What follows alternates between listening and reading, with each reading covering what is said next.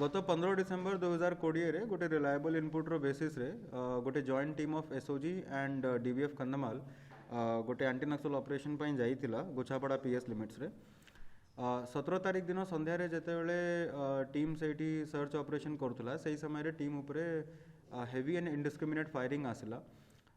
team cover नेला आउ माओवादी मानू सरेंडर करने अपील करला परंतु से माने पुलिस टीम रो कथा न शुणी से फायरिंग को कंटिन्यू करले निजर सेल्फ डिफेन्स रे कंट्रोल मैनर रे पुलिस पार्टी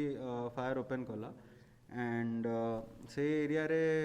घंच जंगल और डिफिकल्ट टेरेन रो बेनिफिट नहीं कि किसी समय पर माओवादी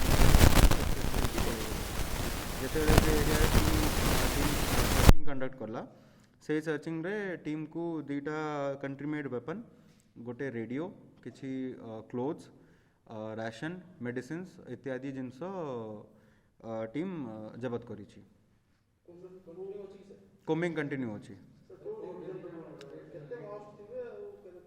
आमे जहाँ अनुमान करूछु एटा 8 to 10 माओवादी से एरिया रे थिले एंड आमर अनुमान अनुसार रे से माने ओडिशा स्टेट कमिटी रो केकेबीएन डिवीजन रो माओवादी माने थिले इम्पोर्टेंट लीडर आमे वर्तमान जहाँ अनुमान करूछु दसरू बोली कि गोटे इम्पोर्टेंट लीडर थिला सेटा एबे वर्तमान कैलकुलेशन होउची कंफर्म हैला परे इंटिमेट करा जिवो आज्ञा आज्ञा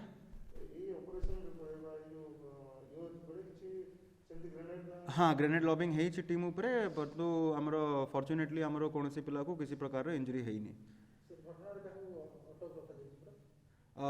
गोटे मिलिशिया को आमे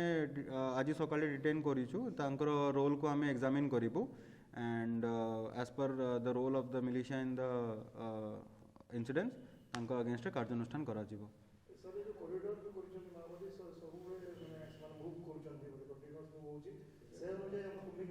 से हिसाब रे हमर कॉम्बिंग होउची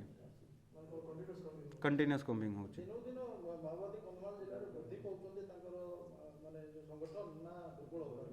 वर्तमान अपन जिले रे तांकर संगठन वीक होउची because of the success of the security forces and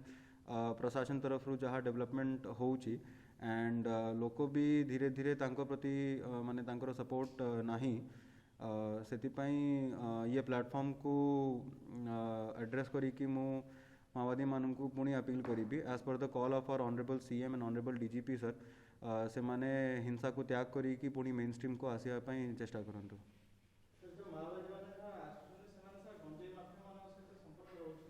सेटा को हमें एग्जामिन करी कहबो